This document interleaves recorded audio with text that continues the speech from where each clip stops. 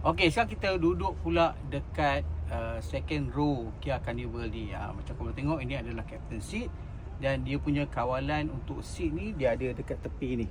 Sama ada kau nak ke depan, ke belakang ataupun penyandarnya, semua dah dekat sini. Even kalau kau nak naikkan dekat bahagian kaki tu, kau just tarik ataupun tekan button ni saja. Okey, dekat bahagian tengah ni dia ada satu 12 volt punya soket dan ada tempat isi barang sikit lah dekat situ. Lepas tu ada satu USB-A dekat sini dan ada satu poket.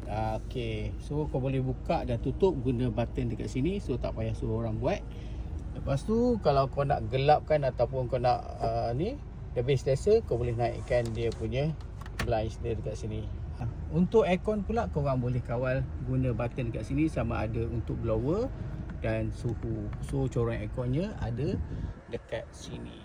Selain daripada tu, nak bagi tempat ni nampak lagi luas, so datangkan dengan sunroof kat sini lah.